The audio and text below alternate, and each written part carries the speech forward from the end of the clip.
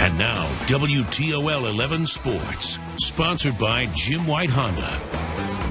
Sports is brought to you by Jim White Honda. Indians enter the day today 5 games ahead of the Tigers in the Central Division. Tribe hosting the Angels and looking for the 4-game sweep. Bottom of the first, nobody on, and Jason Kipnis goes yard for a homer to right. He smokes that one for his 20th homer of the season. Tribe up to a quick 1-0 lead. But in the 6th, down 1, and Tyler Naquin comes through with a deep double to right. That brings home Jose Ramirez to tie the game. Angels do make a pitching change, but that doesn't matter to Abraham Almonte. He gets the RBI single to center for the lead, and that would do it. Indians win 5-4. Tigers looking to win the series on the road in Texas. Michael Fulmer on the mound, and they brought the hot bats today. In the 4th, Victor Martinez hits a 2-run homer to right. It just gets within fair territory, and then the 7th saw 2 long balls. First, it was this solo shot by Ian Kinsler to left, and then later in the inning, it was this J.D. Martinez 2-run bomb to the exact same spot in left. Fulmer went the distance, 9 innings, 9 strikeouts. Tigers thumped the Rangers 7-0. And just a little less than 2 weeks ago, the AP named the Ohio State Buckeyes the all-time top college football team. And in a few weeks, they will be kicking off their season at home against Bowling Green. Media Day down in Columbus. Coach Urban Meyer talking about filling positions like the running back spot. He says Mike Weber and Curtis Samuel are looking good, but not Ezekiel Elliott level just yet. And he says this week determines how strong and competitive the Buckeyes will be this season. Every school in the country had 8 practices. We've had 1 double. I actually took off the shoulder pads the second part of the double. So I'd say we're very average right now, and then we're going to find out this next week if we cross that edge. That's going to determine if we're going to be any good or not. This week will determine if we'll be any good this year.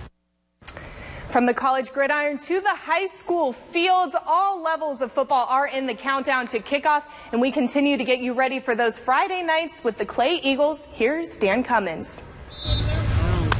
Let's be honest, Clay doesn't belong in the Three Rivers with the likes of Whitmer and Central Catholic and St. John's. The Eagles should be in the NLL, but they're not. 3 wins in the last 2 years. Still, Mike Lee, in his 4th year as head coach, doesn't make excuses, just keeps working harder to make his program better. The thing that I like what's going on right now in my 4th year is these kids are the hardest working group of kids that I've had since I've been here. They are diehards. They're getting after it. They had a great off season. I am so proud of where we're at right now. I can't be happier about these kids. The numbers are good, and with a 3-year starting quarterback, Josh Kiss, the Eagles will fly with their spread offense. We're just going to work hard every game to give it our best shot. We know we are in a tough league. That's why we have to work hard in the offseason. And I think everyone's excited for the season and what it will bring. Is the track tough?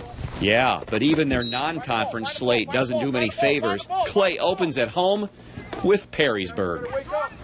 And it's not just football getting ready for the fall season, but volleyball teams as well. We head to Notre Dame Academy. The Eagles are hosting St. Joe, Norwalk, and Amherst. And here against St. Joe, the set to sophomore Grace Dindal in the middle, and the lefty slams it down for the kill. Then the dig, the set to the outside, and it's senior Angie Spiewak with the kill to tie it at 20. Later, it's her twin sister, Allie Spiewak, taking advantage of that overpass, gets the kill, and Coach Jeff Pitson likes what he's seeing this preseason. I felt like that what we walked away with is we were very competitive. We didn't get our butts handed to us.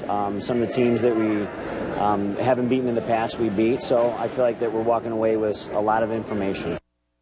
And over in Oregon, the Northern Archery Championship Tournament, males and females ranging from 5 to 82 years old were all in action. There were 119 archers from 9 different states and 2 countries.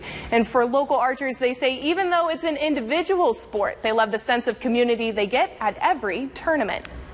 Ohio's like a powerhouse for archery. We have so many clubs that want to show what they can do because they have great archers. And I think it's really cool because it's also like a community-oriented sport because everybody's always willing to give advice or coach people when they're having a bad time. And I think it's really cool that it's not like a way too competitive area to be in.